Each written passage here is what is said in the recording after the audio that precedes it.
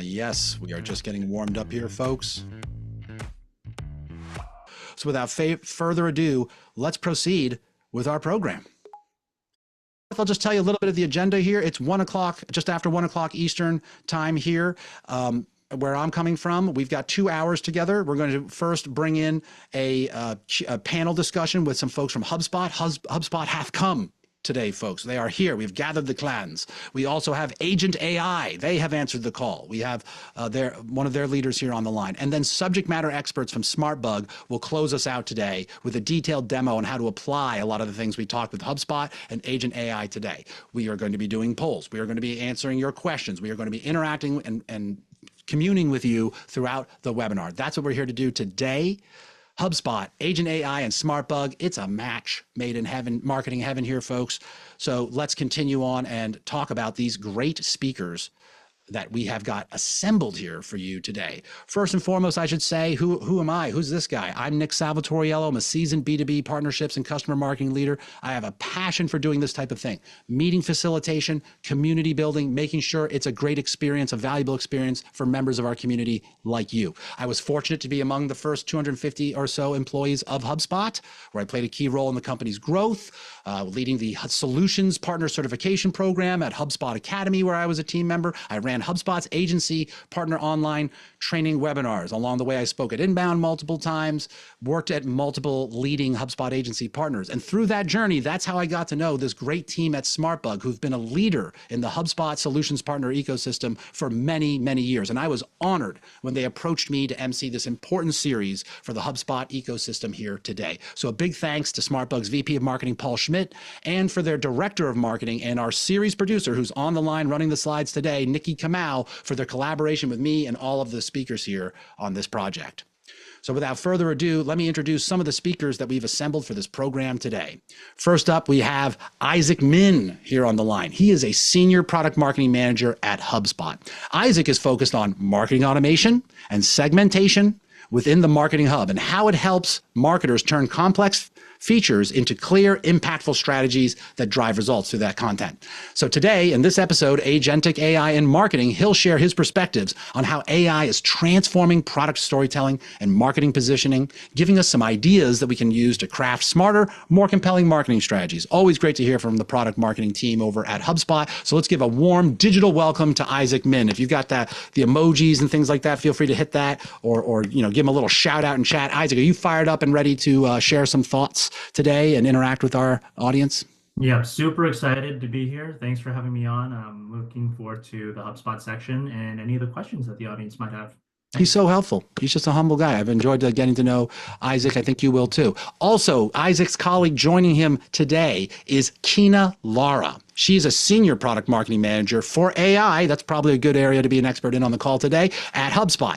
Kina plays a key role in shaping the positioning and messaging for the Breeze AI product suite. If you guys are using the Breeze product suite, any of those features that HubSpot launched recently, give us a shout in the chat. She helps businesses unlock the power of AI with those features. She's got a strong background in product marketing across global ed tech and SaaS companies. She specializes in go-to-market strategies that drive AI adoption. I think we all could use some of that, and making cutting edge technology accessible to diverse audiences such as ourselves, right? So let's give a warm welcome and get fired up to hear from Kina today. Thank you, Kina, for joining us. You ready to roll?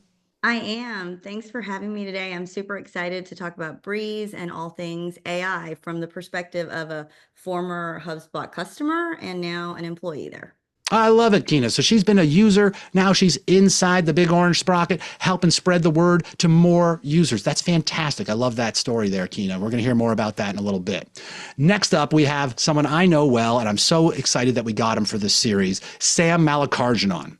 Sam's a seasoned growth strategist. If you didn't know, you haven't seen him around LinkedIn, he's an entrepreneur, and he's the growth lead over at Agent.AI, making a lot of noise in the space today.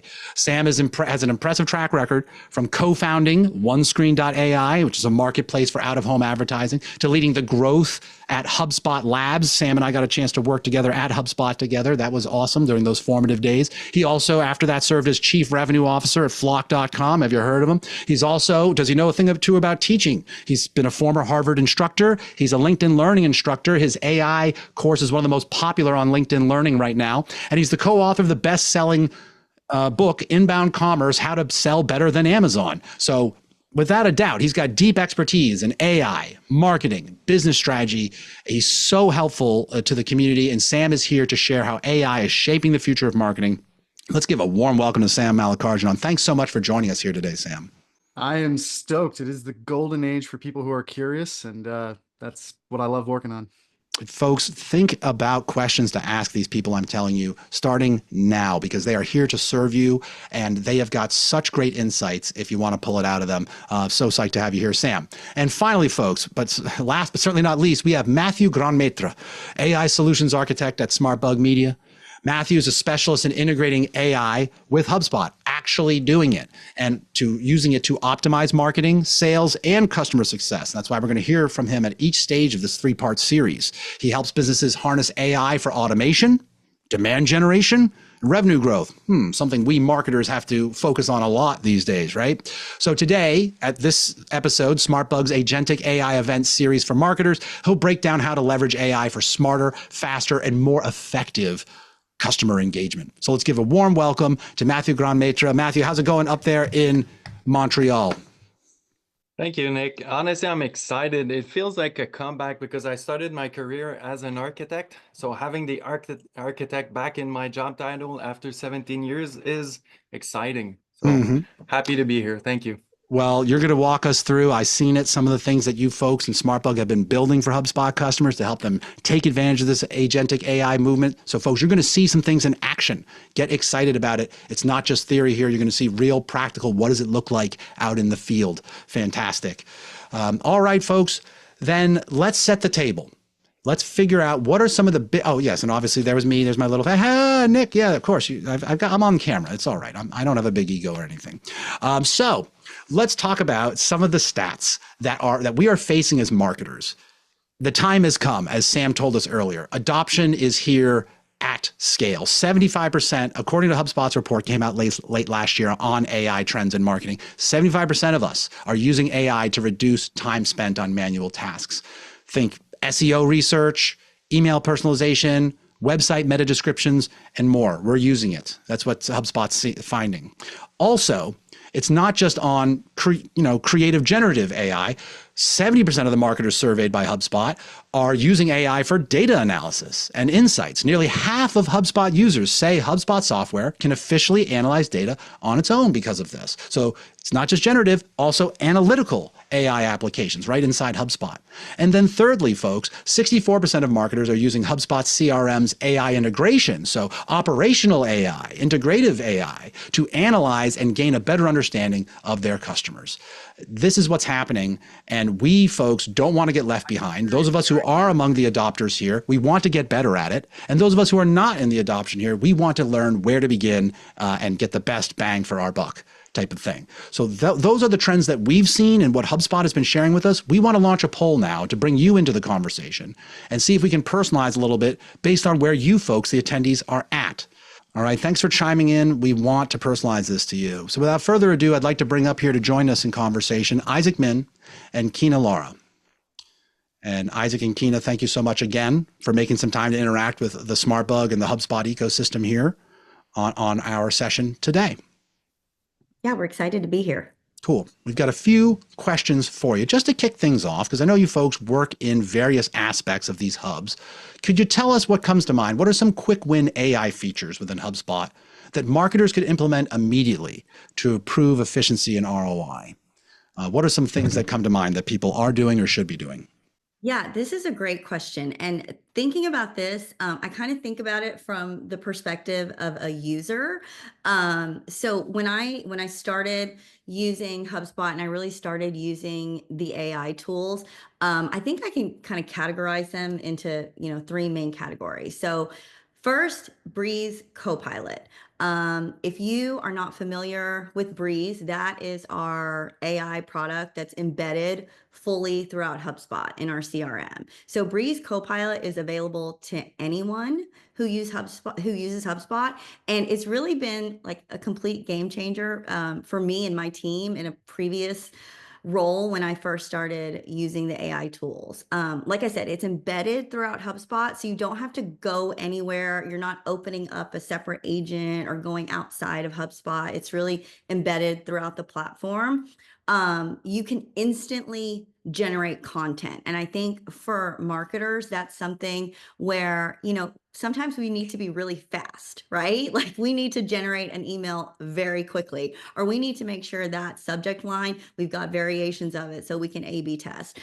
We need to summarize a campaign, or we need to check what our top performing content was. So you can ask Copilot all of these things. I think that it's really nice just to have this virtual AI assistant within the platform that is connected to all of your data. So that for me is a quick win. Just asking it to draft content, asking it to summarize things for you, or even prompting it and asking it for, data about campaign performance, something like that. We also have the agents. So within our marketing and content hub, we've got different agents. And I would say if you're just starting out, content agent would be a great place to start.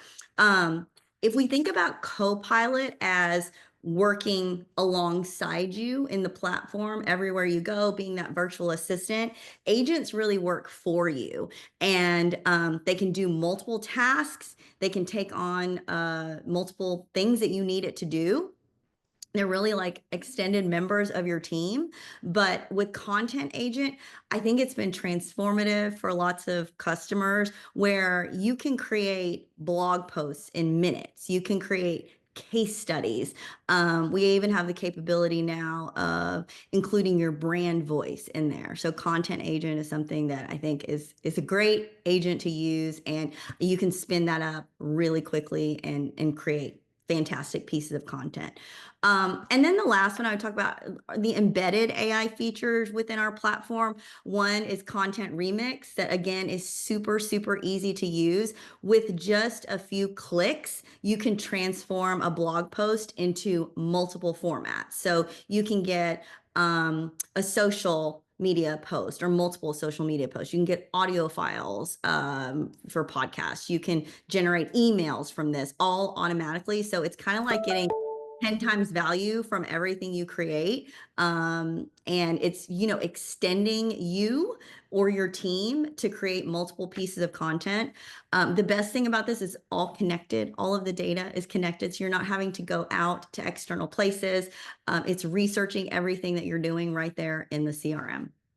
So there you have it, folks. 3 great ways that us marketers using Marketing Hub can utilize AI to get work done, to be more confident in what we're making, to have different iterations on what we're shipping content-wise. We're already seeing some great chats here in the chat, Nina, with what you just said. People are loving the Breeze Copilot feature. We actually had a question from Jeanette over there in Texas. Is there plans to connect Copilot to keywords from Breeze Enrichment? She was trying to get some common keywords from a list of companies last week. So I don't know if you have any insights into that, but there's a question from a user who's been messing with some of the features you brought up. I am not sure about that. I have to check into that and get back to you. I do know we are really working on investing in Copilot, making some big gains with tool orchestration and reasoning so that, it can continue that conversation with you and like just really be embedded into your workflow. But I will specifically look into that, Jeanette, and get back to you. Appreciate that, Kina. And so that's another reason, folks, we want to encourage you to ask these questions. We may not have every single answer, but we're going to note and take very seriously anything that you ask, and we'll follow up with you. That's another great thing that you can get out of being here live and interacting with us is, okay, here's a good relationship. We're going to follow up and we're going to chat about it. Very cool, Jeanette. That's what you get when you speak up. So great. That was our first question. Let's move to our next one here. Isaac and Kina, how does AI impact SEO and content strategy? Jeanette was alluding to that a little bit here in chat within HubSpot. What should marketers be doing to stay ahead? You might have alluded to this a little bit, Kina, but anything else you want to drive home here, Isaac or Kina, about AI and SEO and content strategy in HubSpot? Yeah, so I can take this on. So as many people may already be familiar with this, but AI has fundamentally changed the level of importance and emphasis that we need to place on SEO. And so specifically for our users and how they're creating content in order to maximize their SEO rankings. And so just wanted to call out to the audience, and I'm pretty sure some of you or many of you may already know this, but like when you type in like a Google search engine, for example, and you're like looking for answers, you ask a question, you may notice that there's a new feature called AI Overview in Google now. So you may ask a question, and then it shows up like basically a summary of like the Google Gemini providing answers for you based off of the question that you had, along with links to the sources that the information was pulled from. How is that valuable to us as marketers and the level of importance on content? This means that with the adoption of AI, and specifically within tools like Gemini or other chat GPT-like tools, it means that we need to place greater emphasis on creating content that'll allow these search engines or AI tools to bring in your content as a source material. And so for Gemini, I believe what it does, there's no like hard formula or algorithm for this, but they're looking for content that demonstrates three things. So expertise, authority, and trustworthiness. And then the more you demonstrate that within your content and whatever site that's originating from, the more likely that a tool like Gemini is supposed to bring that up into the answers. And so we've seen that more people are even using these AI like ChatGPT like tools to like get their questions answered. I do this personally, like instead of like going on like Google or something like that. Sometimes I'll just ask like Gemini or ChatGPT, and then I'll ask you for like the source links to make sure that I can double check and make sure that the answers are accurate. So that means that content, not just like blog posts are important here, but even for like a search engine like Google, videos are important as well. So what does that mean for us as the HubSpot team?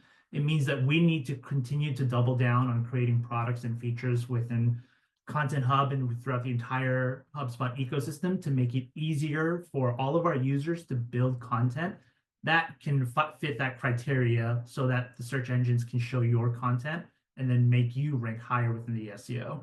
And so that's something that we're continuously always looking to improve on. And that's something that we have for the roadmap, like looking forward to. And so that's something that we just highly recommend keeping in mind now that the adoption of AI tools is just like permeated throughout like all of like the marketing scene. And it's a trend that we've seen grow more and more. So for the companies that of course do have the flexibility to place greater emphasis on content, we want to stress that as something that you want to look for, not just for the rest of 2025, but 2025 and beyond.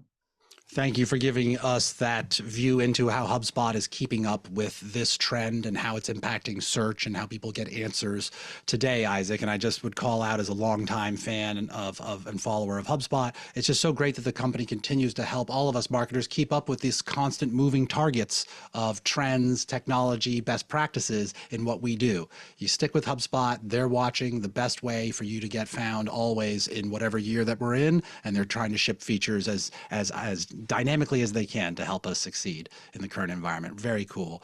We've got at least one more question here for you folks. And by the way, audience in the chat, this is your chance to get some direct access to HubSpot's own product marketing team. You've got insight into the product and things like that. Please feel free to drop questions. But here's our question on behalf of the group to you folks, to you two, is what are some of the most effective AI-driven marketing strategies that businesses have been leveraging within HubSpot today? We talked about some individual features. We talked about a couple of trends and how we, certain features can address that. Anything about sort of just overall strategy then using these things together? Yeah, I love this question. I think that when we're talking about AI strategies for marketers, there are some approaches that consistently deliver good results that you should be thinking about. So the first one I would say is content diversification at scale. The marketing landscape has really changed over the years. Google and ChatGPT are answering questions for people. Social platforms are, all over the place with links and ads, and customers are now discovering products on TikTok more than anywhere else. So I think that we have to be very diversified in our strategy with content and make sure that that we're providing content where the users are. So like earlier, I was talking about Content Agent and Content Remix, being able to quickly spin up blog posts, podcasts, social media posts, case studies, things like that, without necessarily adding headcount and without taking days or weeks. Really being able to do that in minute. AI is helping you just create more content. And of course, there is still human oversight that's needed. and we still need to make sure that we're fitting the brand voice and the deliverables that you want. But as far as like being fast and being easy with content diversification, I think AI can really, really help us here. The other thing is personalization. You might not think about this that much when it comes to AI, but really Breeze, it learns from your top performing content, and it also learns from your ideal customer profile. So you can set all of this up in the back end, and Breeze works towards that. Every piece of content will speak directly to that audience that you put in. And like I mentioned earlier, with the brand voice, that also can help. And it refines over time as well, because it's taking in all of your inputs, it's taking in all of that customer data to refine your content over time. Yeah, personalization at scale, I think, like being able to maintain consistency across different contexts is huge. Of course, like data-driven optimization is big. You know, we've got the Breeze Intelligence product, but we also have like AI messaging insights and things in our platform where it looks at patterns in the data that sometimes humans might miss. And it spins this up really quickly. So if you need reports generated, if you need campaign analysis done, things like that as marketers, we love to be creative and we might not love to dig into the data as much. This can really help us instead of like manually analyzing performance all the time. It just gives us suggested optimizations. And this is going to improve deliverability and campaign effectiveness and execution just across the board. And then finally, like I do really think that AI can help us with global reach, just as simply as something through translations. In Content Hub and Marketing Hub, we have the ability to just click on that content and choose to translate it into a different language. This makes expanding to international markets so much easier than doing it manually. So I think that the magic behind all of this, though, and all of these strategies, is that the AI in HubSpot, Breeze, is not ever working in isolation. I've talked about this a few times before, but it's all built on that unified customer data. And if you're using multiple hubs, if you're using Sales Hub and Service Hub, it's also going to pull in there too. So it's informing. It's informed by your customer interactions, not just the marketing data. And I think fundamentally, this is going to create a much better approach to marketing than if AI was used in a silo. I love that, Kina. And as somebody who has been HubSpotting for a long time and used to be, when I worked at HubSpot, onboarding customers or doing HubSpot Academy, just think of the quantum leap and the paradigm shift that has happened. That as a customer, you used to have to go look something up, make sure you called somebody or bring it up with your onboarding consultant or find it on help.hubspot.com. And now the help and the expertise is right there living with you as you do the work. It's personalizing it in real time based on your data across all the different motions and hubs that you have up and running in your HubSpot. It's just amazing what is possible. I'm getting goosebumps thinking about it and how far we've all come and what's this power that is at all of our fingertips and the help that is at our fingertips. It's amazing. So we are going to move to a final question, which is talking about looking ahead and what AI innovation should we expect. But quick tactical question again, no pressure if we don't know the exact answers here, but Jeanette clearly has been using the tool, talked about there were certain data feeds, like things that they could get, like top news from companies within company records in the HubSpot CRM. And when that was available was great. You folks, I don't know if you have any insights into certain data sources that have moved in and out of HubSpot, because it seems that one has gone away. So I don't know if it's part of the roadmap discussion or other innovations, but don't know if we can address that for Jeanette. Oh, this definitely, I can take this one. So we can go to, Copilot. We can use Copilot for research, but we do have a new agent, the prospecting agent, and that one's actually within the Sales Hub. It just went into public beta, but that one does research on target accounts, and it's a prospecting agent. So it takes your CRM data. It also takes external research, and it can create an email sequence for your contacts and companies. So that one, Jeanette, is maybe one that you saw before. It's the prospecting agent, and it's in Sales Hub, but you can also use Copilot for research too. Sweet, folks. You ask, we're jumping on it with answers and resources that we've got here. So keep those questions coming. We love it. So Isaac and Kina, final question. Oh, final couple questions real quick here is, number one, anything that we all Marketing Hub fans, AI fans can look forward to, anything we can anticipate that you haven't already alluded to that might be coming our way within HubSpot? Yeah, so great question. So just wanted to give a quick shout out to our upcoming Spring Spotlight event. So that's one of our 2 annual events throughout the year where we announce new products and features. And so be on the lookout for that. I believe it's being hosted on April 10th. And so check that out. But obviously, I can't reveal the whole roadmap for specific reasons. But just to give a sneak peek, what we've noticed when it comes to tools within HubSpot, specifically for marketers, are that there are 2 big personas that are using our tools. And so one is like the back end, like marketing, like operations, and then one is like growth marketing teams. And they have different things that they want to emphasize. For like marketers who are focused on like growth, they tend to focus more on like usability, while other teams like the complexity and brevity of some of our products, like workflows. And so a sneak peek there is think of marketing automation. It's a new tool that's designed specifically for marketers to make it a lot easier for you to run like customer journey automation. So stay on the lookout for that. That's something that we are super excited about. It is actually in beta right now, so you could probably find it within your HubSpot app if you really wanted to do a deep dive there. So check that out if you wanted to get a free sneak peek there. And then the other thing is a theme in general that we're approaching, and you probably realized this in the beginning of the presentation when Nick was talking about activating data, is HubSpot users, and I'm sure many of you are familiar with this, there's so much data that you could be using within your HubSpot like ecosystem. And we're constantly looking to try and create new products to make it easier for you to, 1, find data that could be useful for you, and then 2, leverage that data so that you can, optimize your campaigns, or like maybe optimize like an email individually within like a specific workflow that you have. And so we have a couple of new features coming out that allow you to leverage more of your data that you already have to make it so that you experience more growth from the data that you already have. And so that's another thing that I want to give a sneak peek to. So if you are interested in anything related to marketing automation or leveraging even more data that you already have within your HubSpot ecosystem, then please do check out our Spring Spotlight event on April 10th.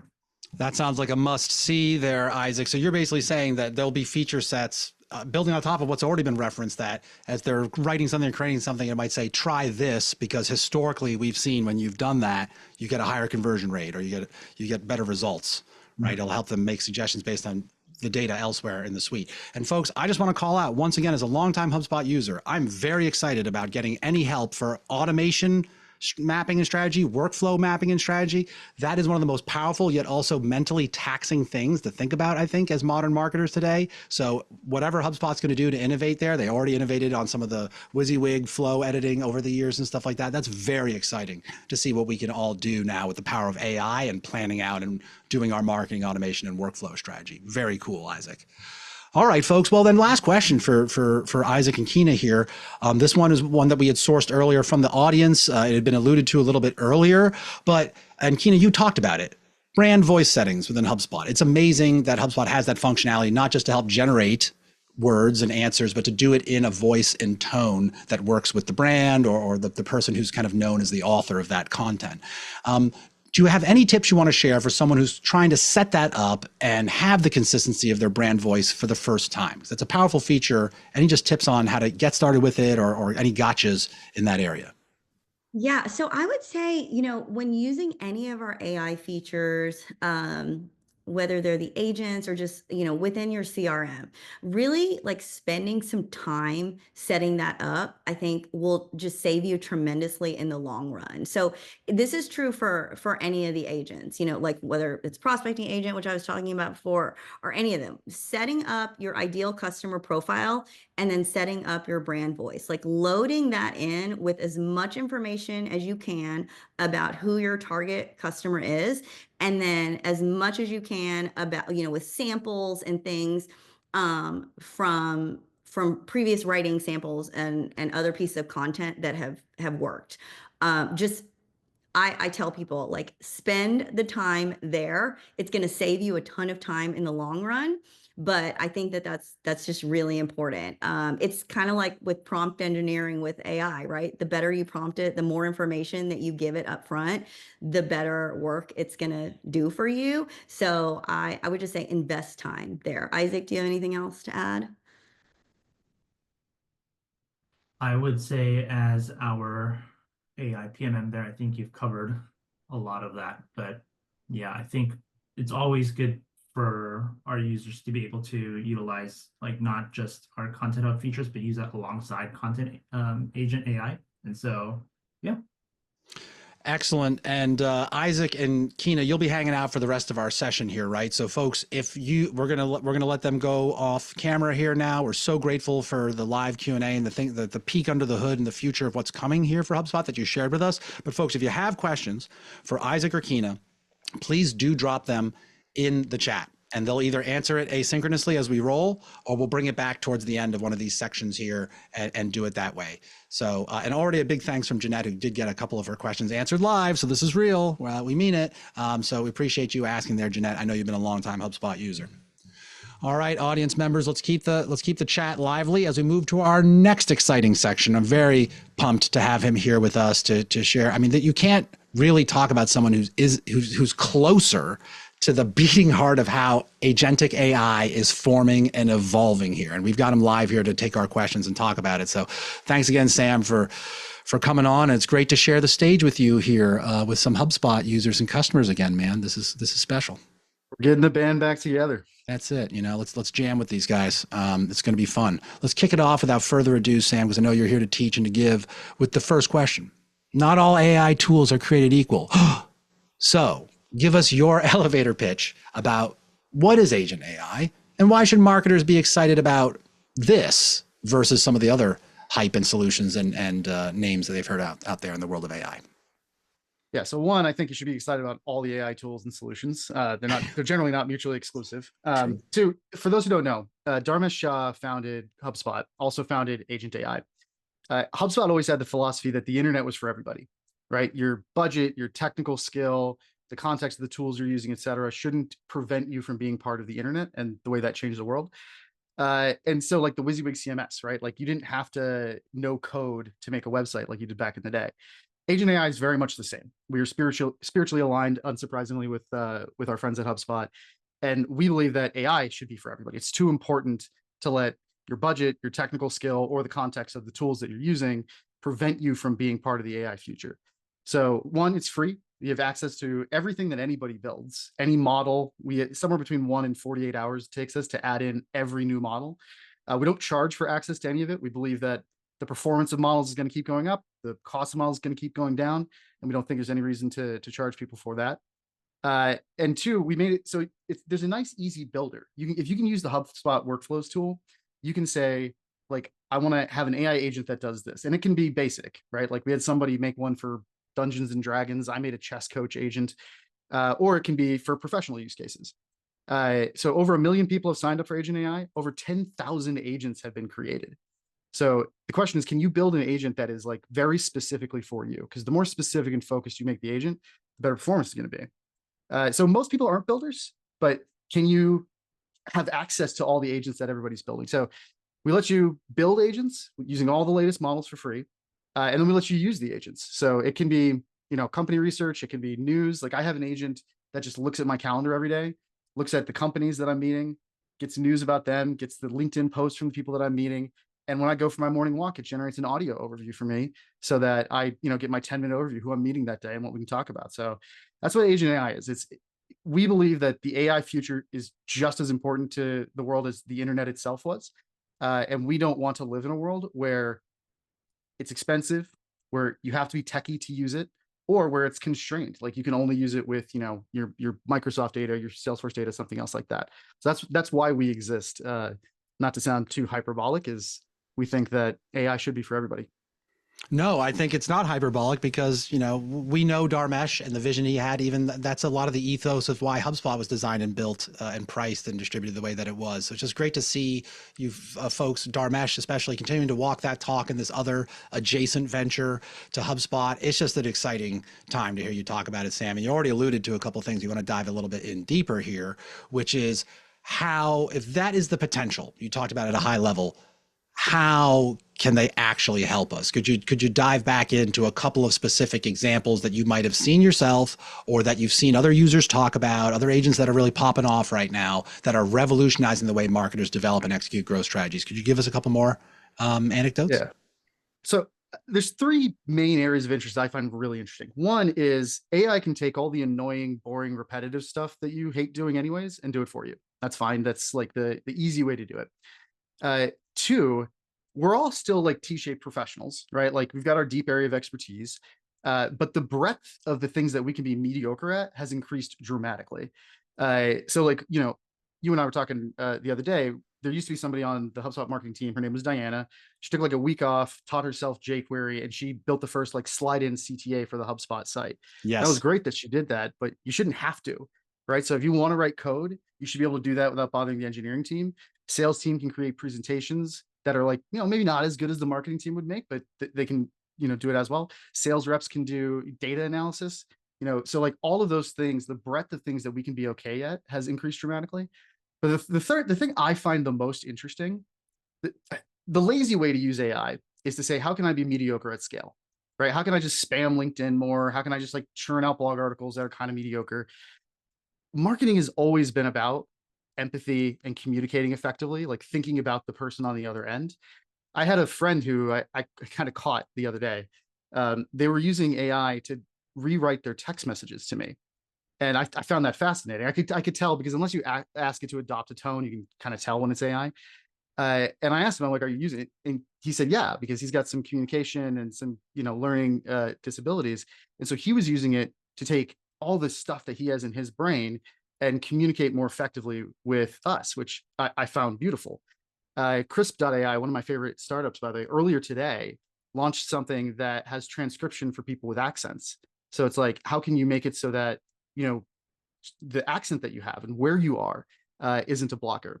So I think the people who take advantage of the efficiency that AI creates, and sure, you can spend more time playing chess. I do that, right?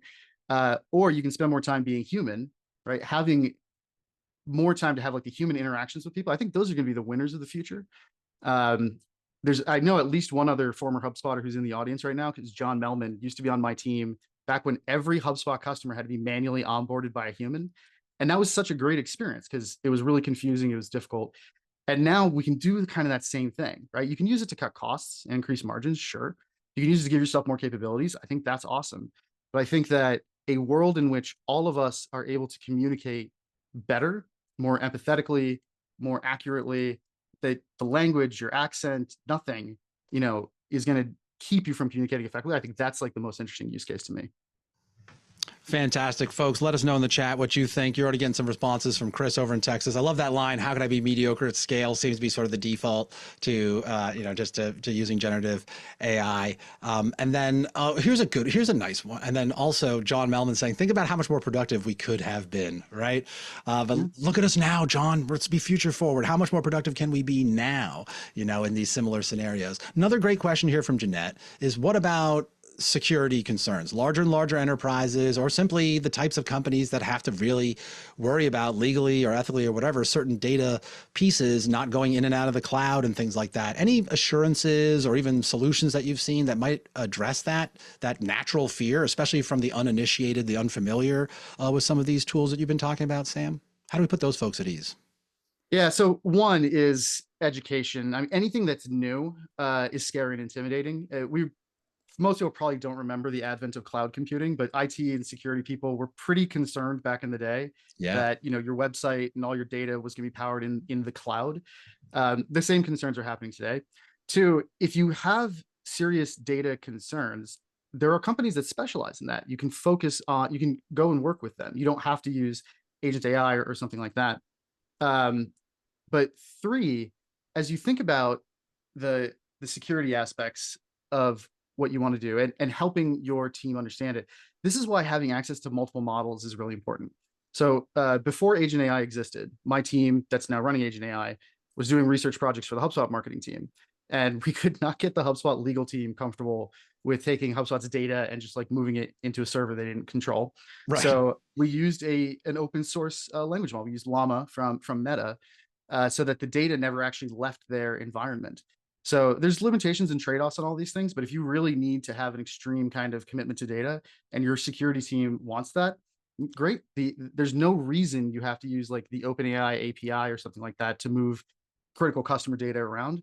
Because to be honest, like most of those models are overkill anyways. Like Llama, if you're drafting sales follow-up emails or summarizing like sales calls or helping your sales reps just prep in advance, you don't need, you know, GPT 4.5 or whatever the latest research model is, which is more for researchers trying to find new prescription protein, you know, folds and stuff like that. You can have it be kind of in your own controlled ecosystem. And I think that's actually going to be one of the most interesting trends in AI, because I think consumers are going to feel weird about their data. I love that Apple is moving everything to the edge, right? So like you're going to be able to use AI on your phone without the data ever leaving your device. So I think short term, it's an education issue. It's a comfort issue. Long term, I think there are technology solutions to this that are going to make it so that you can use the data that you need to use and get the benefit from AI without actually losing control of the data that your customers trust you with. Well said here, Sam. And I think we all should take note. And for those of us, and I know we have a bunch of veterans here on the line who've been doing inbound and evangelizing HubSpot and some of these features for some time in their organization, what Sam just said has been true for us for years, right? There's been an education and a comfort level issue with almost every paradigm shift, every new feature and tool that's been made possible. And we just have to get good at leveraging some of the resources in the community that we have right here assembled for you on the line. HubSpot's here to help. Agent.AI is here to help, especially the SmartBug team is here to help. Any of those types of scenarios that Sam talked about, we want to continue to talk with you about that after today if you're facing some of those challenges. So just remember, you don't have to face this alone, and this type of resistance is natural at the beginning as we get more people on board. But Sam, next question for you.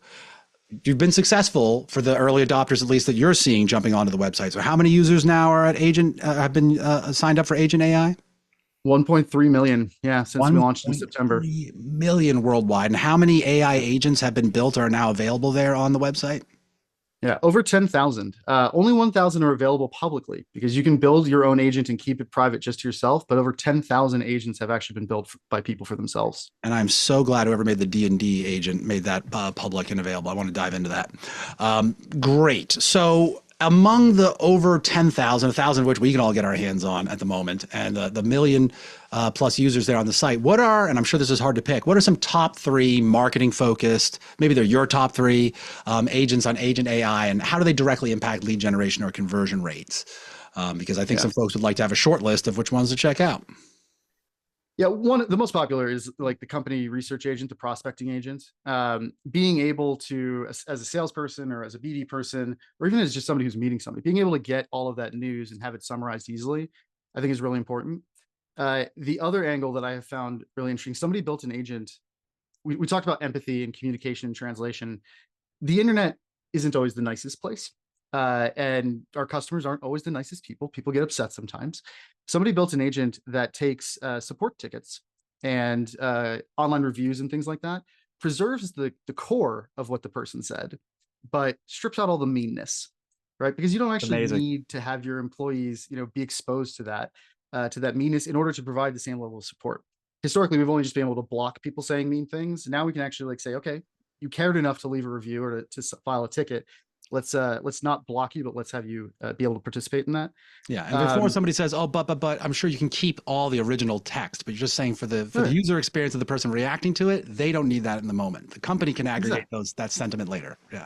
Yeah, the 25-year-old fresh out of college, like that's manning your live chat, like doesn't necessarily need to go through that abuse in order to provide that experience. Right. But then now the ability of what we call the agentic AI means the AI can actually go do stuff for you. But you can also adopt a perspective. So asking it to learn from your customers, like you feed it your customer data, understand who they are, understand their life, their perspective, and then look at your site and say, like, what's confusing? Like, ask it to interact with your site, because it's really hard for us to get in the minds of our customers sometimes. It's easy at HubSpot because we're marketers marketing to marketers about marketing, right? Like, as we used to joke. So we kind of like really intuitively understood our users. Not everybody has it. Not everybody has it quite that easy. So being able to ask AI to be someone else and look at your content, look at your website, look at the email, everything else like that, and then suggest improvements based on that perspective, I find beautiful. Excellent. So we had prospect research, sort of like user experience, like be sort of a non-bias reviewer of this. And what was the middle one? Sorry.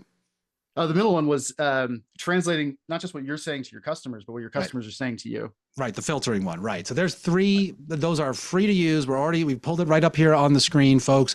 We'll include, Lion says, Aaron says, that's a great cure for marketing myopia. That's for sure, Aaron, no doubt. So you're already seeing the marketplace here, folks. It's at your fingertips. We'll include a hyperlink to this in your follow-up. So thank you for kind of helping us find some of the greatest hits there, Sam, once we check this out. You referenced it a little bit at the beginning here, and you can go back to that and go deeper, but can you give us a real world example of any of the bots you mentioned, I'm sorry, agents that you mentioned, or another one that you've seen in action? Yeah. we started actually doing this on my team. I love the fact that you can use it for translation, because I think that people forget, by the way, that the transformers, which power the T in GPT, was originally made for translation, because translation is a hard thing to do. Being able to provide support in other languages and preserve the cultural context, I think is a really cool and important thing. It allows you to, I mean, we ran the expansion to Latin America for HubSpot back in the day, right? It allows you to not only speak the language, but also understand like what perspective that person's coming from.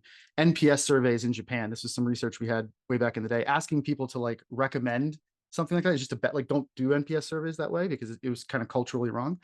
So I think that is my favorite application is, you know, again, whether it's the customer talking to you in a different language, or frankly, just with a different current mindset and mood, or if it's you talking to other people, I think that is my favorite real world application of AI. And the rest of it, I think, again, just the skill set, being able to do the data analysis, being able to have access to all the models. Like, ChatGPT isn't always the best model for doing something. Anthropic does great stuff with Claude, right? You know, Gemini is, I'm sure, going to eventually be good at something. Love my friends at Google, but you know, catch up, guys. But like, I think that expansion of your capabilities is also really fascinating to me. Like, I built this drunken spelling bee game for my local pub, right? And I didn't have to bother my engineering friends to help me with that. And actually, that pub had another one of my favorite examples. And this is why AI is going to be good for the world. Like, it's easy to be negative about it, but I really wouldn't be doing this if I thought it was going to be bad for the world. They feed the inventory they want to get rid of, so booze and food and stuff like that, into AI and have it come up with recipes and fun names for them to get rid of it faster. Right? That's amazing. So this company that can't update their love them, but can't update their website without me asking me for help, can go to ChatGPT and do inventory turnover optimization that would make Amazon proud. So I think like that expansion of access to skill sets and the ability to just like have us all not be just louder communicators, right, but better communicators. I think that's what I'm really interested in.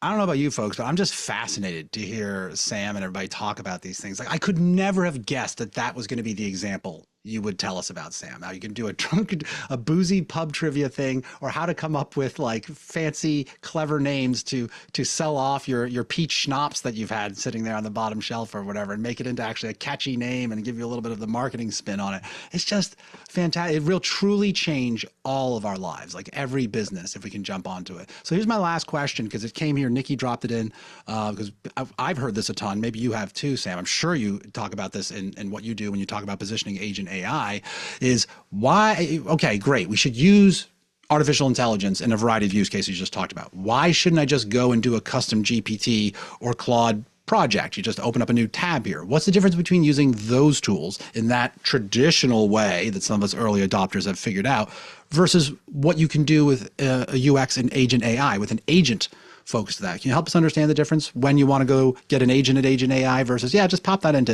GPT or Claude and see what they say? Yeah, so one, we are significantly more free than any of those, which does have its own value. Again, we don't think that AI should just be for people with big budgets. Two, again, not every model is good at the same thing. So ChatGPT, I love playing the models off against each other. So today, my March Madness bracket was due for basketball here in the US, and I actually had each of the models do it differently. And some of them are really good at understanding that, like, some of the data is trained on, last year, right? Or some of the data is old. So like ChatGPT actually gave me a very bad bracket. Perplexity gave me a very good bracket because it actually like looked for the most recent information. Interesting. But at the end of the day, it's the ability to customize it to exactly what you want. So you can force, for example, chain of thought or chain of reasoning, which you can't really do in a normal ChatGPT session. They kind of control that. Or if you want to take an agent that exists and really customize it to your context. So I want to have an agent that is for executive recruiters in Scotland. That's like a real thing people did. And I'll add here, people always ask, like, what's the difference between Agent AI and HubSpot itself? The HubSpot core team is building beautiful, powerful, robust agents that do like specific complex things that they're thinking through that lots and lots of people need. We have a bajillion more agents, not nearly as powerful in general, but like many, many more of them. And our philosophy is like, again, if we want AI to be for everybody, the core HubSpot team is gonna hit them high, right, with like the powerful tools, and the Agent AI community is gonna hit them low, right, where it's 10,000, 1 million people building agents. 10 million people is the goal that I've set for our team by this year's inbound. Spoiler alert: we're shooting for 10 million people using AI to make their lives at work better by inbound. I think that is going to be really, really interesting. So you can use ChatGPT. It's great. I use it all the time. I use Perplexity, by the way. It's replaced Google in my life. I don't go create a custom agent when I want to see like who's the Jeopardy contestant that I like forgot their name or something like that. There are tools that are great for that. But if you want to create something that works really, really well for your specific use case, you need to be able to customize it. You need to be able to control how it thinks. You need to be able to give it access to other tools, like YouTube or things like that. And that's just that's something that these larger companies are focused on building, what's called AGI, artificial general intelligence. I spend 0% of my time thinking about that because we just collectively retire as a species at that point. We spend all of our time thinking about how do you make AI agents that are specialized for what you want to do and therefore much better at what you want to do. It's amazing. And Nikki just chimed in saying she has a fellow marketer who's having the time of her life using AI to help her name her brand colors just because she loved infusing the vibe of her brand everywhere internally and publicly, making her life better by creating joy for her. And that's how I feel, Sam, to hear you talk. It's like we're only halfway through, folks, this session. We've already learned so much, and the sound bites here are killer. Like I know Aaron and the team are going to have a field day chopping up some of these one-liners. HubSpot hitting them high, Agent AI hitting them low and stuff like that. It's been fire here for this last hour here, folks. And so some great reasons we just heard for why you want to compare, contrast, and use one or the other. And you just heard it from Sam, who's about as close to this thing as you could be, this evolving paradigm here that we're all facing with this technology, that use both. First, it depends on your context and what you're doing, right? Sam, anything else you want to add or even ask our audience here before we shift gears? And of course, Sam will be available to answer questions, but any last thoughts here, Sam? Yeah, our big thing is giving people choice, right? So whether it's the model that's being used, like maybe you want to use a model that's specifically trained on anti-biased, data.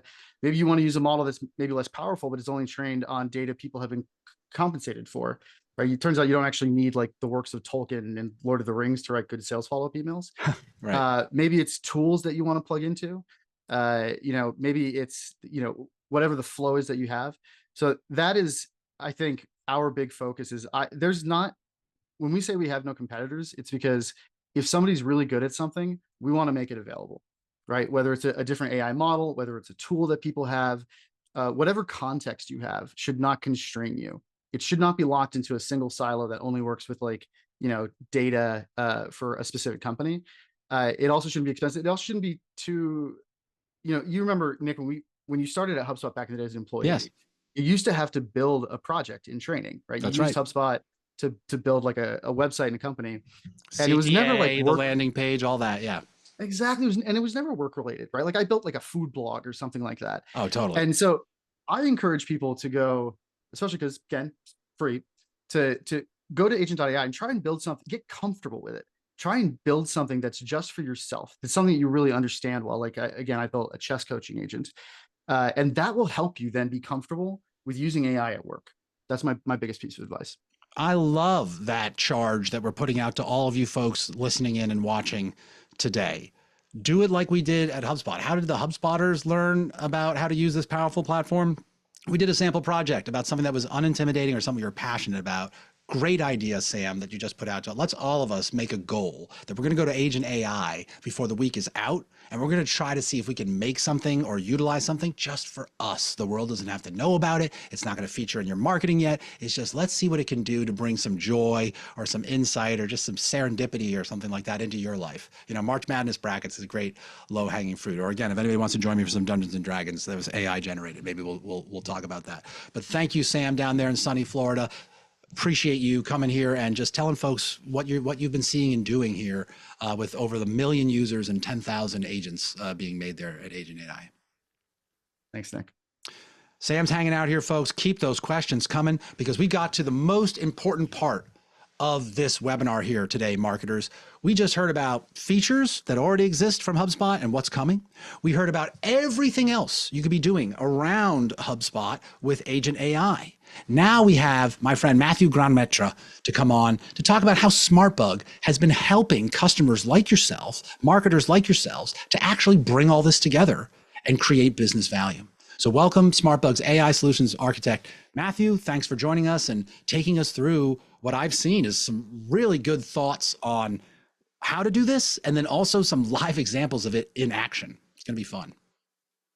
Yeah, thanks, Nick. Honestly, I'm excited, and there's a bit of warning I have to say. I'm a geek about this, and the mission that the people at SmartBug gave me is, can you talk about things that you could talk for hours in 20 minutes? So that's my objective today. So, and I got really good live examples, so make sure to watch your screen. Well, you're in good And by the company. way, I'll I just have say, a Mathieu, lovely French accent. I'm here for it. And I'll tell you, you're doing great on time, Sam. I'm sorry, Mathieu. We're all tuning in. So please take it away. Okay, perfect. So obviously, a marketing presentation wouldn't be good without, good problems at first. So right now we're seeing this AI effect on marketing, on our marketing team. We're seeing high acquisition costs and low engagement. We're seeing poor conversion rate due to like generic AI content. We've heard it, we've seen it. But then also the AI revolution, we're seeing that we can optimize our manual processes. But these are only symptoms. Actually, the bigger problems, and the way that we see it, is that it's twofold. We see an external pressure, and then we see an internal pressure. So the external pressure is the fact that customers now expect way more from us. They expect us to be everywhere they are, everywhere they are in their buyer's journey. And then they're expecting us to create content that is personalized to them. This is honestly, it's kind of crazy when you think about it, because come back to the internal pressure, we as marketers have to deliver more with less. And when we say less, we don't have more hours during the day to create all these personalized touch points. And for most businesses, we don't have more budget. So we have to think about smarter ways. And obviously, those smarter ways is due to customer expecting way more from us. So it's about systematizing our work. And the way that we see it is obviously using AI. And the presentation so far, we went through all these 3 steps. So the first level is obviously using off-the-shelf AI solutions. So we hear about, ChatGPT, Jasper, AI. Those are amazing example for quick wins. But then there's another opportunity where if you want a plug-and-play integration, well, you use Breeze. This is amazing. And by the way, being a North American partner here at SmartBug, pretty much everybody has tested it, used it, and we're actually abusing the Breeze features. And what's really interesting is that as soon as you start, integrating Agent.AI into this ecosystem, it's really fun. But then let's say you want hyper-specific uses, you have to go custom. So most of you don't know me, and here's a quick story. Last year, I created my own personal app. So I went through all the steps that I've just mentioned, and I wanted hyper-specific output.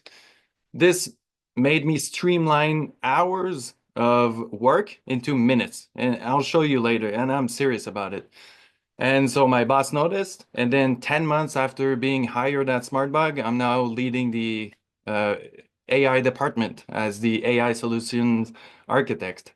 So I'm pretty happy about this. And so how did I do it? I geek, okay? I told you I have lots of books. I read those books. I wanted what I have in my head to be documented. So I documented all my IP, all my experiences, and then put it into a data structure that I then put into my SOPs, so standard operating procedures. And by the way, it wasn't about force-fitting AI. It was just about putting AI like a, sprinkle of salt just at the right place at the right moment.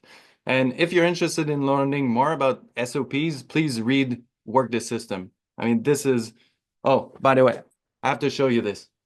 I just devoured that book, if everybody can see my camera. Big fan of that book. It's a classic book. Got to get it. Okay, so what does that mean for your business? Well, if you get rid of all those repetitive tasks, obviously you have room to tackle bigger problems. By the way, what we see here are symptoms. And the bigger problem, as we, if we remember, we have external pressure and internal pressure. During this presentation, I'll always come back to these two pressures. So really quick, let's just start with the customer expectation. Now, at SmartBug, we're seeing this new era of websites, and obviously everybody has noticed this ChatGPT effect. So how is it changing the way that we'll navigate through websites? Well, on the left is classic, scrolling and clicking. It's not dead. A lot of people prefer navigating through websites like this. But then on the right, we have this context-aware conversational website.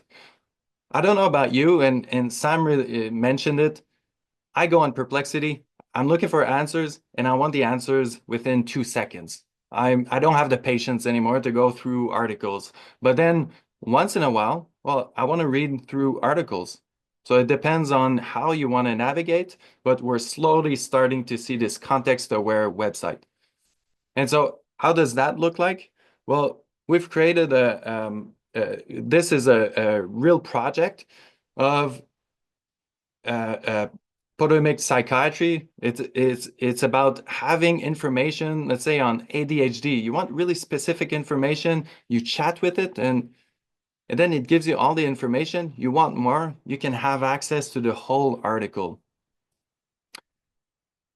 And on the next page, let's say you're a senior living facility, or you're just a business looking to highlight service. So you can have your service catalog on the right, and then you can even book, for this example, it's a senior living community. You can even book tours directly in that conversational website. So the way that we're thinking about forms is completely changing.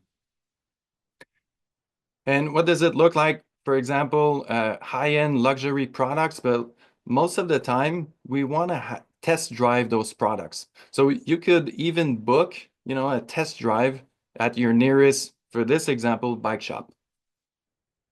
And what about e-commerce? Well, e-commerce, imagine you have a project of just getting rid of all your leaves in your backyard. Well, this conversational website can even suggest, bags and gloves. So it's amazing at upselling and cross-selling. So instead of going through departments, where are the gloves exactly on that website? Well, there you go. You have them right there. This is fascinating. And it's kind of crazy. And I don't know about you, Nick, but when you look at this, do you feel like it's a rule-based chatbot? No, that's the thing. And I've been in that space. I mean, HubSpot's been in that space for some time. That looks like a conversation. That looks like the software, the website, the makers of that are trying to help you. What do you want? What do you want to see? Here it is. And that's what we want. Exactly. And that's exactly what we want to stress. It's not a if-then logic. It's really adaptive and it's learning. And it can even see the writing pattern. So for example, if you're in the decision phase, well, it's going to give you answers in the decision phase. If you're in the awareness phase, it's going to, educate you a bit more. That's honestly crazy. Even for dialect, I'm French. Okay, my first language is French. I'll write to this conversational website in French. It'll answer in French. And it can even spot emotional undertone. Let's say it's urgent. Well, we can, put some guardrails. So then there's a human intervention in the loop. So everybody wins. Every scenario that you need to bring in a human. It can be programmed to trigger that. Yeah, exactly. So let's get back again, big picture. So we're facing with internal pressure. We can, resolve this with AI automation. So we could use Breeze, we could use off the shelf, we could use a ton of other options that I'll show you later. But then we have, for external pressure, there's one solution is conversational websites. And on the next slide, we have a live demo. All right. And you'd like the screen shared with you, I'm assuming, Matt? Or no, actually, Yes, we're queuing it up for Thank you. you. Okay, great. We're driving. Yes, okay, you're so directing. everything's ready. So let's say I'm on the SmartBug website. I can scroll, I can click. So there's some elements in there that I can click. So there you go. I can click. This is common. But let's say I want to have the conversational experience. So we're getting a little bit of a preview. That's why we're doing a little bit of tech check here. This is something that's not even been made live to the public. Otherwise, we wanted to give you a glance under the hood, though, as soon as it was ready. But as Mathieu just said, this is a 3-part series. We're here for the marketers now, and then when we're thinking about the sales folks, we're going to do this will actually be live on the SmartBug website. We're getting to see it in sort of private beta at the moment, and here we are. It looks like. Exactly. Got us in the right spot. Perfect. So yeah, so you get greeted by this conversational website. By the way, it's all on brand. You can have conversational with it. So let's say I write, I need help with my website. It has a poor conversion rate.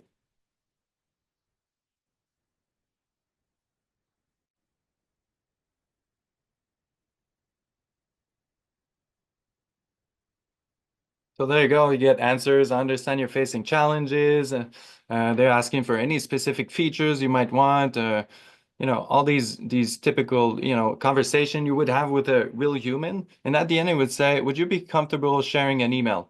Oh, yes, I do. My email is marty.mcfly@marketeerspro.com. And by the way, I told you I geek. This is, for those who didn't notice, this is a Back to the Future reference. I at least have to watch Back to the Future at least once a year. Yeah, I think we're all due for it now that you brought it up. I need to definitely get a rewatch on there. There you go. So let's have a look in HubSpot. So there you go. Marty McFly just came up. There he is. So on the left, you see, perfect. So you have Marty McFly, you have the email. So imagine what we could do is have agent to automatically search for his first name, last name, even company name. So this is where you see the power of conversational websites. So if you're curious to learn how it works, on April 2nd, we'll take it from here. So right now, as marketers, we've created a sales qualified lead. And on April 2nd, we'll take it from there and then really have a deep live demo through all the steps. Okay, good. Because you've intrigued some people here in the chat. They're going, how did you do that? How did you feed the large language model for that? You'll explain a bit more of that on the second? Okay, I'm not watching honestly, I can't do two things at once, so I'll answer after. Oh, that's why I got you. I was just letting you know people are fascinated to see this in live action like I thought they would, and they're wondering how do they make that happen? How they tee that up to have a conversation like that? Yes, it's magic. It's magic. Call SmartBug. They'll talk Okay. to you about it. Yeah. Exactly. So the way it works, well, high level, you have the conversational website. As soon as you have the email captured, well, all of the conversation are captured in your CRM. So all the client details goes to your sales team. Okay, we'll talk about it on April 2nd. All the past conversation is gold for the marketing team. You could even have agents. Okay, let's start thinking about agents that analyzes all the past conversation and then give you the trends. And hey, you should create a content for this things or that element.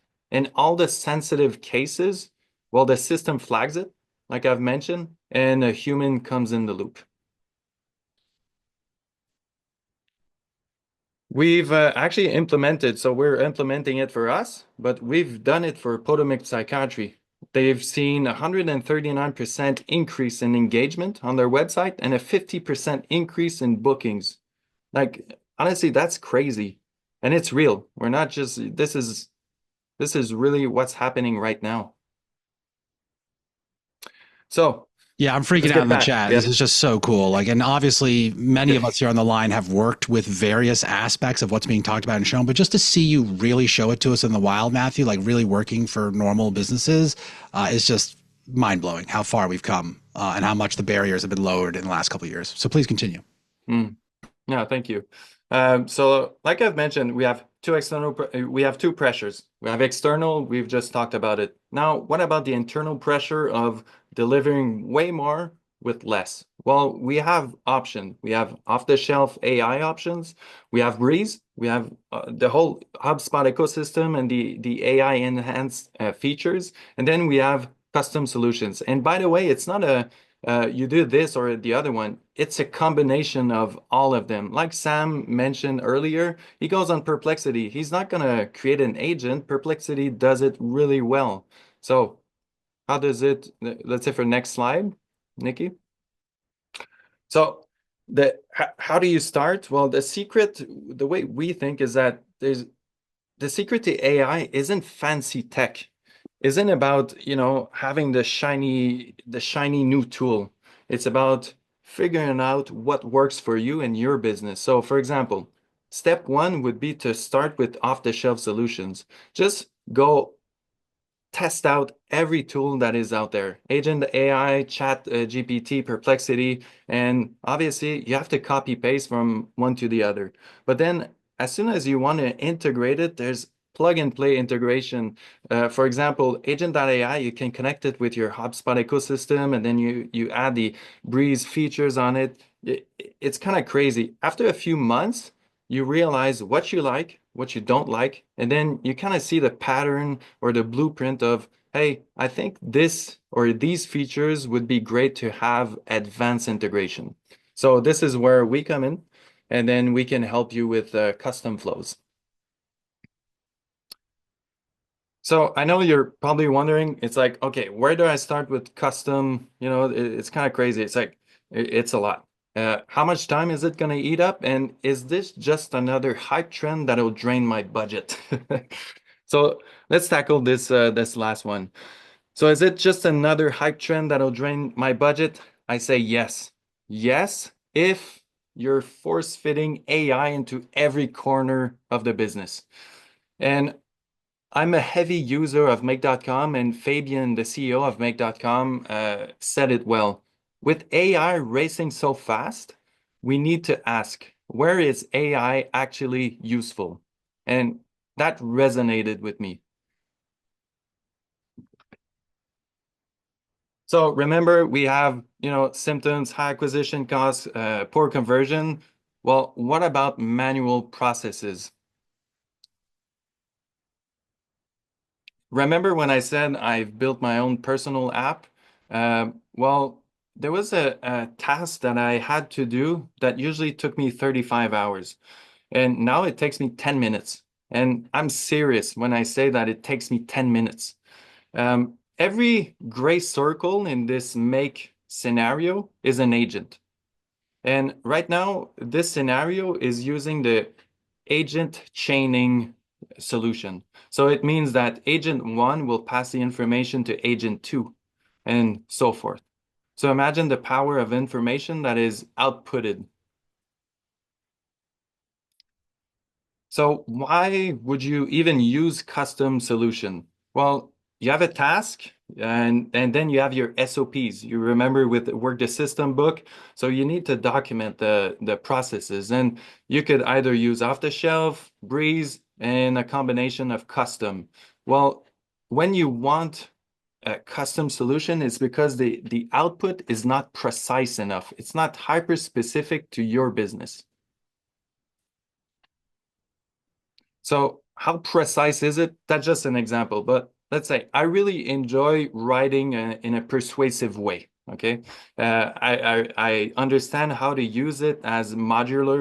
It's like Lego when you really understand it. So for example, for this LinkedIn post, I wanted to open with a hook, but with the open loop technique. So you have to feed the AI to understand this technique. And then the next section, I wanted to, for it to write my personal past story. See, you remember when I said that I started my career as an architect? Every time I write a post, it comes back to my past. It knows my entire resume. But then I also said, hey, when I was an architect, I did marketing and architecture and blah, blah, blah, and I burnt out.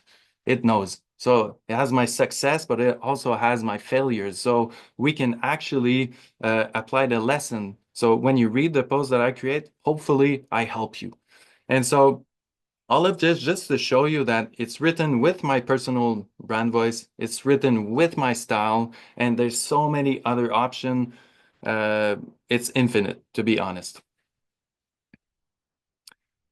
So why is it not precise enough when you're creating content with AI? Well, it's because the AI lacks your context. And AI doesn't lack context. Honestly, it's connected to the whole web. It just lacks what's in your head. It can't connect with your head unless you create a database, unless you tell it that, hey, I was in architecture before, and this is my experience. So how do you feed the AI with the right, context? Well, you need a RAG database. What RAG essentially means is retrieval augmented generation. It's basically 3 words put together that we still don't understand what it does. But basically, it's grab your business IP, everything that is private. You put that into a AI-centric database. Okay, so this database is only meant for the AI so that it can output context-aware, hyper-specific output. So basically, the RAG database is training the AI on what good looks like for your business. So it's training the AI on, hey, here at SmartBug, this is what good looks like. Now, only output this good thing. I don't want to be like any other businesses. I want this output. So you're probably still wondering, okay, where do I start in all this? Well, the real question is, how ready is your business for AI? And I have a game, Nick, I'm just curious, do you have enough time to go through this game? We do. We made great time here. So I would love to do this so we can get the audience sort of interacting and honestly thinking about where are they at, and then based on what you see them feedback here in chat, what should they do next? So no, I think this is a fun game. I previewed it. Let's do it if folks are up for it. Okay, perfect. But before we go in the game, I just want to oh yeah, next slide is good, Nikki. I just wanted to mention, okay, so last year everybody was on FOMO mode, like the fear of missing out on AI. But then we're seeing this shift into the FOMU mode, meaning the fear of messing up. And that's very important because lots of businesses see others put a lot of energy into AI and don't see the real output. So what we want to stress here at SmartBug is use off-the-shelf solutions. Use Breeze in your HubSpot ecosystem. We can help you integrate AI agent into it. And then when you work with architects like me, we can spot, where AI is very relevant. This book, 80-20, Nick? Yes. Like this. The Pareto principle. Let's work 80. There you go. Okay, so that's how we work. So this is how we get rid of this fear of messing up. And a little teaser for the group before we go into this quiz, there is a chance for all of you folks to win time with Mathieu and his team from SmartBug to talk about this very thing free of charge. So that's very exciting, but please continue. So here's the game. How is it going to work? We have 10 questions. It's a yes-no basis. And please grab a pen and paper, okay? Because some questions have 2 points, some have 3, some have 5. Okay, so make sure to grab a pen and paper. Maybe your phone also would be great. And or I might say, Mathieu, they could also type something into chat if they wanted to as well, if they want to track their answers there. Yeah, we could. It's just that at the end, you'll have the result of all the numbers. It could go up to 30. Ah, okay. I've got a notepad here. Hopefully other folks do too. Yeah, exactly. What would be interesting is that you give us your full, the result. Let's give it a shot. Nick, can you help me with this? You're really good at timing. And oh yeah. Sure yeah, you want? Yeah, okay. Let me do my thing. Okay. Well, thank you for setting this up, Mathieu. Let's all give this a shot because I don't know about you folks. I've been on a lot of webinars, and I always wish we did more of this type of stuff, getting me thinking, letting me weigh in, helping me assess myself, and stuff like that. So, the first question we have for all of you: do you already have experience with off-the-shelf AI tools, ChatGPT, Jasper, or Copy AI? So put the number 1 on your paper, and then put yes or no. So I put 1. And add 2 points. Okay, I'm saying yes plus 2. Yes. So maybe you don't even have to write yes. You could give yourself a plus 2, but I'm writing yes just to remember what I said. All right, let's go to the next one. Yeah, put me as the quiz master. Are you familiar with? Oh, okay. Oh, so are we gonna pass the questions? Yeah. Yeah. You want to go back and forth? Yeah, let's go. You do this one. Okay, sounds good. Are you familiar with AI enhanced features in your current software, like Breeze features in your HubSpot account? If yes, add 2 points. Is it okay if we're aware, but we've only scratched the surface, used them on a couple of subject lines or a couple of blog posts? I would say no. You have to use them. Okay, I like that. All right. Fair enough. I got a no on that one. I don't know about you folks. I know we got some Breeze power users. Let's go to the next one. My turn. Have any of you folks on the line identified any repetitive manual tasks in your business that AI might optimize? I'd say I'm a yes on that. I've applied some of that as well. Yes, plus, if you do, put down question 3 and plus 2 or yes plus 2, whatever works. Over to you, Matt. Are you are off-the-shelf AI tools improving efficiency in your business? If yes, add plus 3. Nice. All right. I think hopefully you folks have gotten that. Now for question 5, put down 5.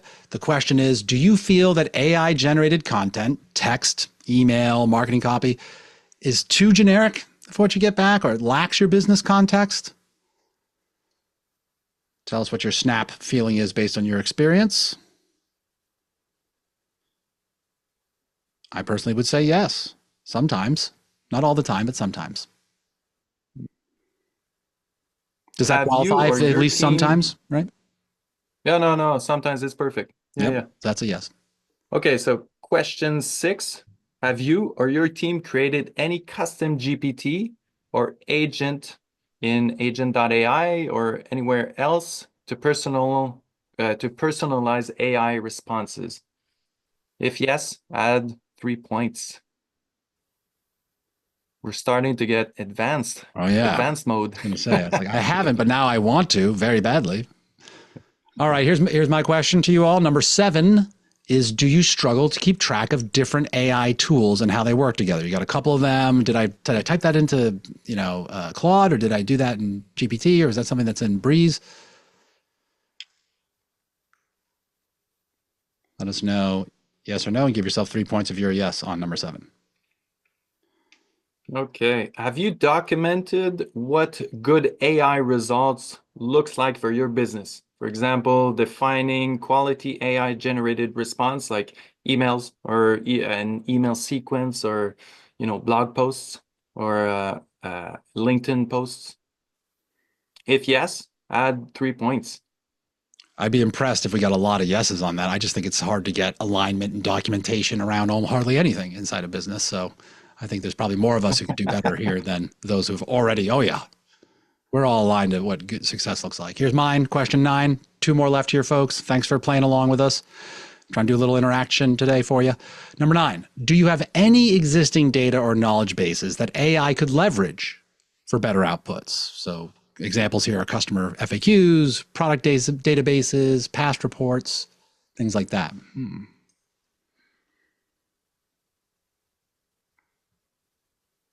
Let us know. You can put 9 and either +3 or 0. See the points going up here, Matthew. These are the heavyweight questions here at the end. Ah, perfect. Do you have someone in your team who can drive AI adoption and ensure proper use? So here at SmartBug, we see them as AI champion or superstar. This is very important in any new technology, to have somebody, an ambassador in your business. If yes, this is a huge one, +5.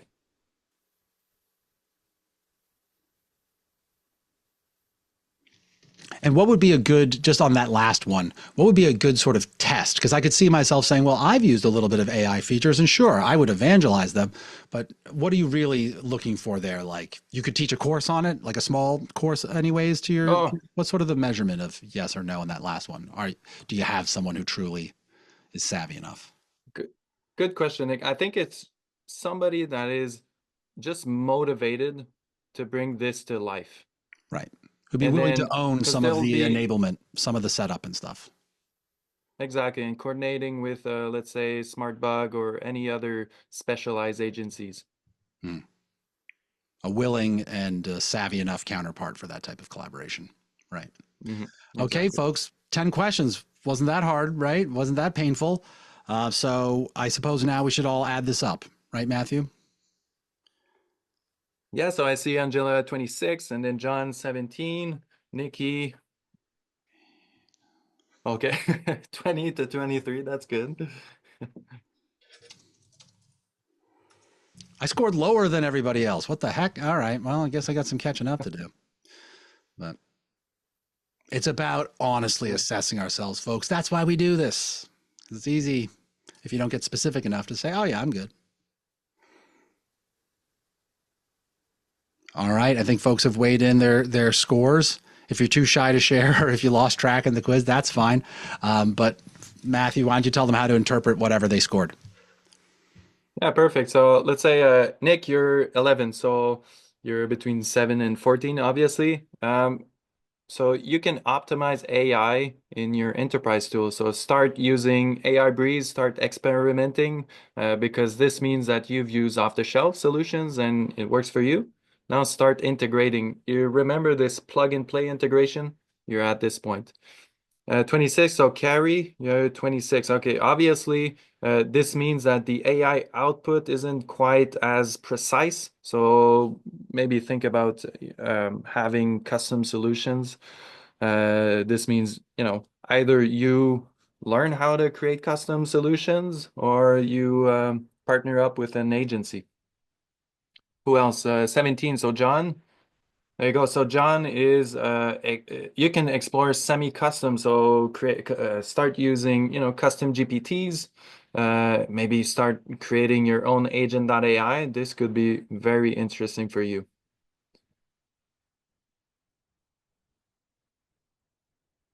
Questions that you might have for Matthew while we're here folks about how to assess yourself or what to do. And something I'll just ask there, Mathieu, and apologies as I was chatting and stuff, not following every little piece of what you showed us there, is those examples that you showed us, are most of those only available in sort of a custom solution, or some of what you're showing available with some out of the box options, things using like Breeze and so on? How advanced is what we saw there live? So we have so we have the conversational website. This is fully custom. Yes. I feel like in a few years, we'll start seeing those websites.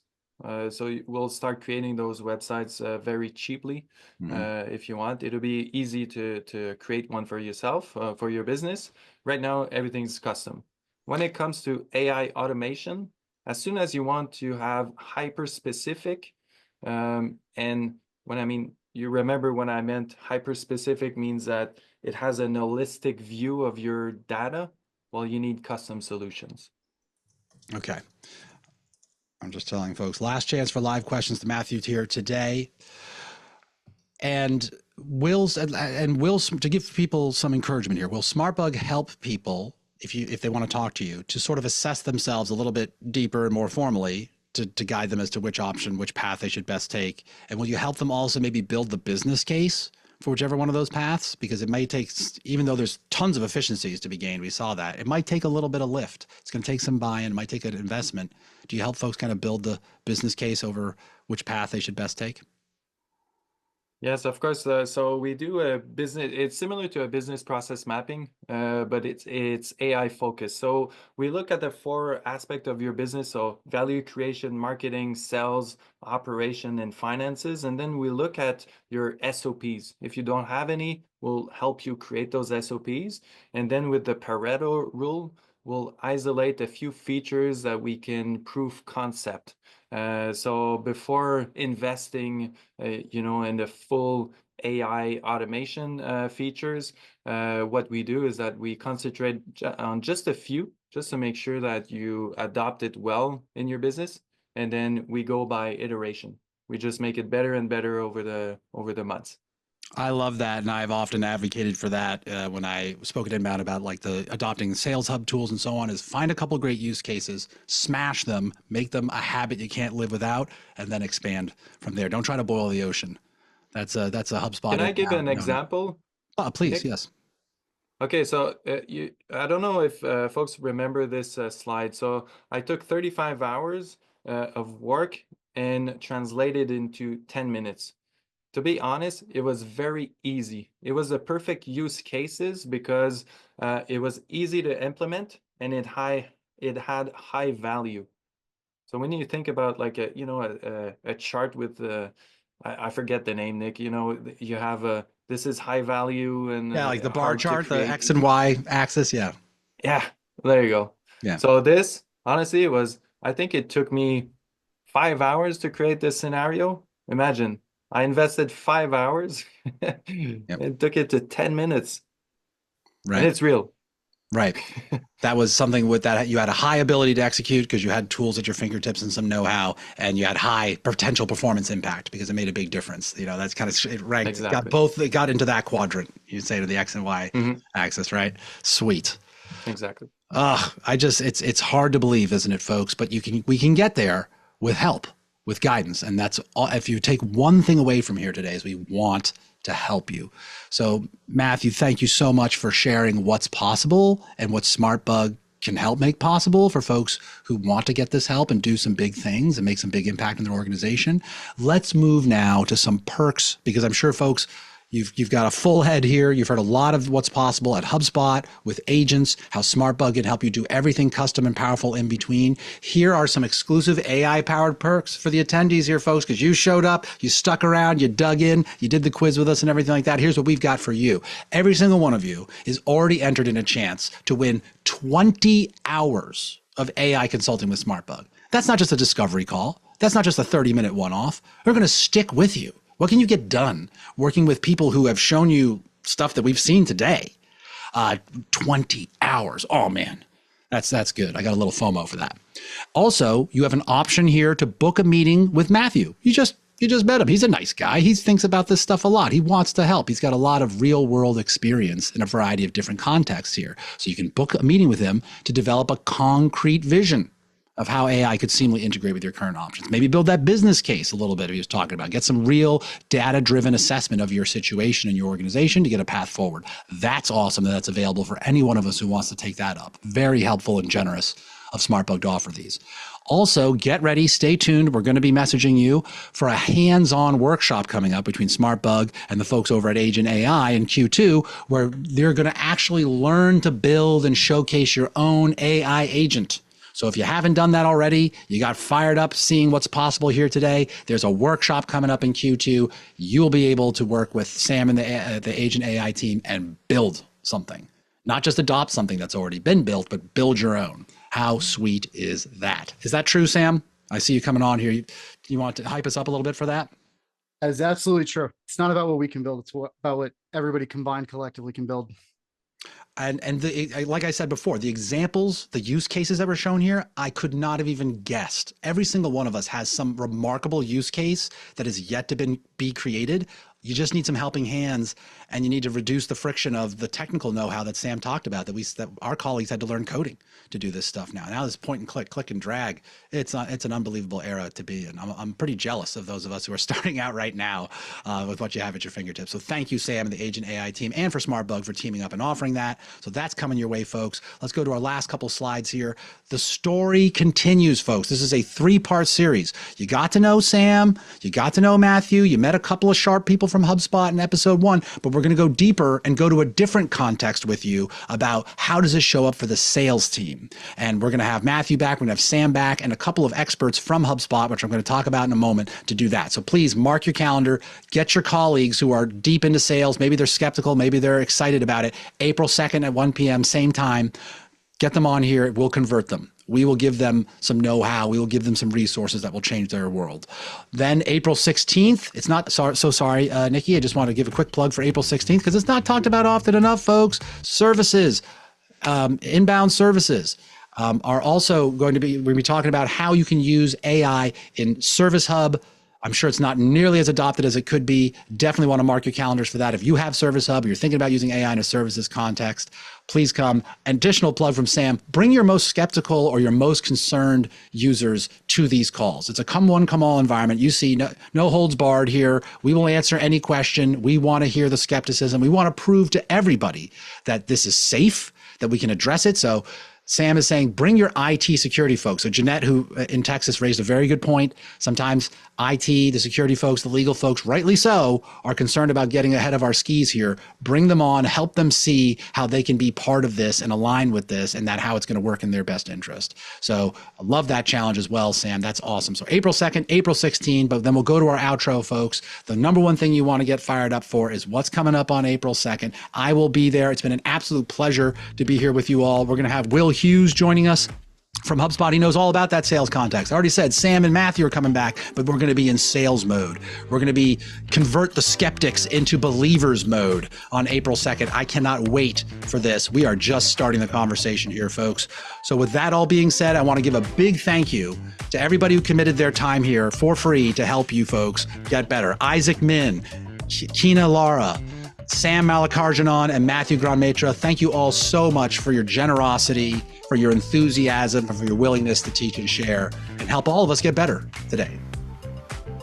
Thank you, guys. Thank you again so much. And for those folks who are here in the audience, we appreciated you and all your interaction.